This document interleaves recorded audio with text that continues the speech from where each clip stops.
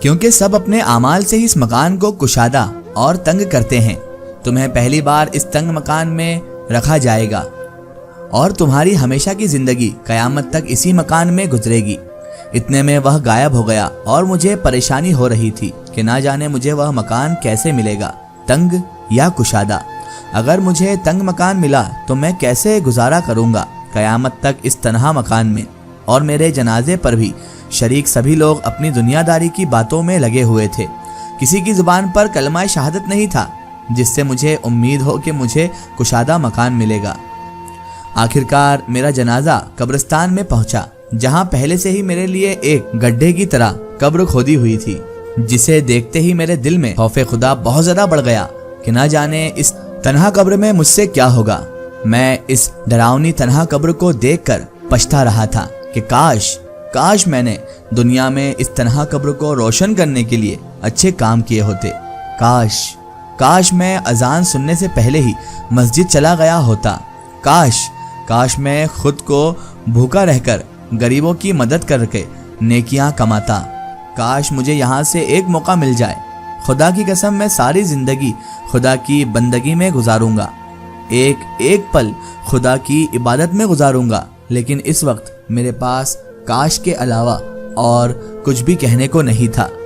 میری قبر کو تیار کیا گیا، پھر مجھے اس میں اتارنے کے لیے اٹھایا گیا۔ مجھے قبرستان میں قبروں کی ساری روحیں نظر آ رہی تھی جو مجھے عجیب نظروں سے دیکھنے لگی تھی۔ اب میں قبر میں اتر چکا تھا اور میرے اوپر مٹی ڈالنے سے پہلے میرے لیے دعائیں مانگی جا رہی تھی۔ میں خاموشی سے انہیں سن رہا تھا۔ اتنے میں چوتھا فرشتہ میرے پاس آیا اور کہنے لگا، اے ابن آدم، کل تو زمین کے اوپر تھا اور آج تو زمین کے اندر ہے۔ کل جب تو زمین کے اوپر تھا تب تو ہر چیز میں آزاد تھا، چاہے گناہ کرتے یا ثواب۔ زمین پر تمہیں آزاد چھوڑا گیا تھا، لیکن اب تو زمین کے اندر ہے اور یہاں تیری کوئی بھی مرضی نہیں چلنے والی ہے۔ یہاں صرف تیرے اعمالوں کو دیکھ کر مرضی چلے گی۔ اگر اچھے ہوں گے تو تم یہاں بھی آزادی اپنی مرضی سے یہاں کی زندگی گزارو گے، اور اگر اچھے اعمال نہیں ہوں گے تو پھر ہماری مرضی سے چلے گی۔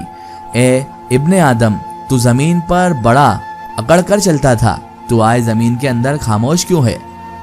تمہیں معلوم بھی تھا کہ ایک دن یہاں آنا ہے، تو پھر اکڑ کس بات کی تھی؟ کیوں خدا کو بھول کر خود ہی فیصلے کرنے والا بن گیا تھا؟ زمین کے اوپر کیوں لوگوں کے لیے زمین تنگ کر دی تھی؟ کیوں مظلوموں پر ظلم ڈھاتے تھے؟ وہاں سب سے محبت سے کیوں نہیں رہے؟ کاش تم نے وہاں تکلیف برداشت کی ہوتی تو آج یہاں تمہیں تکلیف نہ ملتی۔ وہاں تم نے اگر مدد کی ہوتی تو یہاں بھی تیری مدد ہوتی۔ تم نے وہاں رحم کیا ہوتا تو یہاں بھی تم پر رحم ہوتا۔ وہاں تم نے معاف کیا ہوتا تو یہاں تمہیں بھی معاف کیا جاتا۔ کیا تم بھول چکے تھے کہ خدا کی مرضی سے یہاں بھی تمہیں آنا ہے؟ اس کے کڑے سوالوں سے مزید میری روح کو خوف ہونے لگا تھا۔ اب میرے اوپر مٹی ڈالی جا رہی تھی۔ وہ منظر مجھے ڈرا رہا تھا۔ میں چیخ رہا تھا۔ میں پاس کھڑے اپنوں سے چیخ کر کہہ رہا تھا، خدا کے لیے مجھے یہاں تنہا نہ چھوڑو، تنہا نہ چھوڑ کے جاؤ۔ میں دنیا میں تم لوگوں کے بڑے کام آیا تھا، اب خدا را تم لوگ میرے کام آؤ۔ مجھے اس تنہا مکان میں اکیلا نہ چھوڑو، خدا کے لیے مجھے بچا لو۔ مجھے وحشت ہونے لگی ہے۔ اندھیری قبر سے کوئی بھی میری منت نہیں سن پا رہا تھا۔ سب جلد سے جلد مجھے دفنانے میں لگے ہوئے تھے۔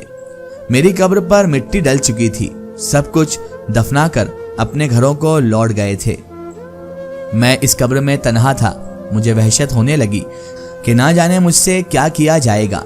اتنے میں پانچواں فرشتہ آیا اور کہنے لگا، اے ابن آدم، وہ لوگ جو دنیا میں تیرے سب سے عزیز تھے، اب وہ تجھے دفن کر کے یہاں سے چلے گئے ہیں، اور اگر وہ پاس بھی ہوتے پھر بھی تیری مدد نہیں کر پاتے۔ ان سے تمہارا جو بھی رشتہ تھا وہ دنیا میں ہی موجود تھا۔ یہاں وہ رشتے تجھے نہیں بچا سکتے۔ یہاں پر تمہیں اپنے اعمال ہی بچا سکتے ہیں۔ آج یا تو تم جنت میں جاؤ گے یا پھر دوزخ میں ڈالے جاؤ گے۔ اب میں اندھیری قبر میں اکیلا خوف سے نڈھال تھا۔ اپنے انجام کا انتظار کرنے لگا۔ اب میرے لیے دنیا کی ساری رنگینیاں، رونقیں ختم ہو چکی تھی۔ یاروں سے محفلیں، نادانیاں، عبادت سے ناگواری، سب کے انجام کا وقت آ چکا تھا۔ میں خوف زدہ تھا کہ نہ جانے اب کیا ہونے والا ہے۔ مجھ سے اتنے میں قبر مجھ سے بات کرنے لگی، اے ابن آدم، اے انسان، تو کبھی کتنا نادان تھا، دنیا میں اتنے مگن ہو گئے کہ یہاں قبر کی اندھیری اور تنہائی کو کبھی سوچا ہی نہیں۔ تم نے اگر دنیا میں اس اندھیری قبر کو روشن کرنے کا سوچا ہوتا تو آج تیرے چہرے پر خوف نہ ہوتا، تم اپنے انجام کو سوچ کر نہ ڈرتے ہوتے۔ تیرا اس طرح خدا کو چھوڑ کر دنیا کی رنگینی مستیوں میں لگ جانا، آج وہی سب رنگینی مستیاں تجھے آگ میں لے جائیں گی۔ آج وہی سب برے اعمال تیرے سامنے آن کھڑے ہوئے ہیں، آج وہی سب اعمال تجھے بے حد ستانے کے لیے آ گئے ہیں، آج وہی سب تجھے جہنم کی آگ تک لے جانے کے لیے تیار کھڑے ہیں۔ تم نے اپنے لیے دولت جمع کی اور ساری زندگی کرتے رہے، سال میں ایک بار بھی زکوٰۃ دینے کی زحمت نہ کی، تیری پڑوس میں بھوکی ماں بھوکے بچے سو گئے، تم نے پوچھنا اور جانچنا بھی گوارا نہ سمجھا، تو خاندان والوں سے دوستوں سے عیاشیاں پارٹیاں کرتے رہے، لیکن کبھی غریب کے گھر جھانک کر بھی نہیں دیکھا۔ ہزاروں کے بل آئے تو نے ہنسی خوشی ادا کیے، لیکن کسی غریب کے گھر کا راشن کبھی ادا نہیں کیا، کبھی پڑوسی کے یہاں نہیں جھانکا کہ وہ کس آفت میں کس مصیبت میں ہے، باہر ہاتھ جوڑ کر کھڑے بھوکے فقیروں کو کچھ پیسے نہ دیے۔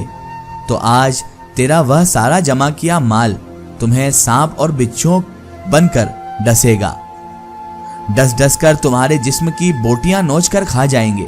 تو یہ نہ سوچ کہ ان کے ڈسنے سے تمہیں موت آ جائے گی، نہیں، یہاں تجھے کبھی موت نہیں آئے گی۔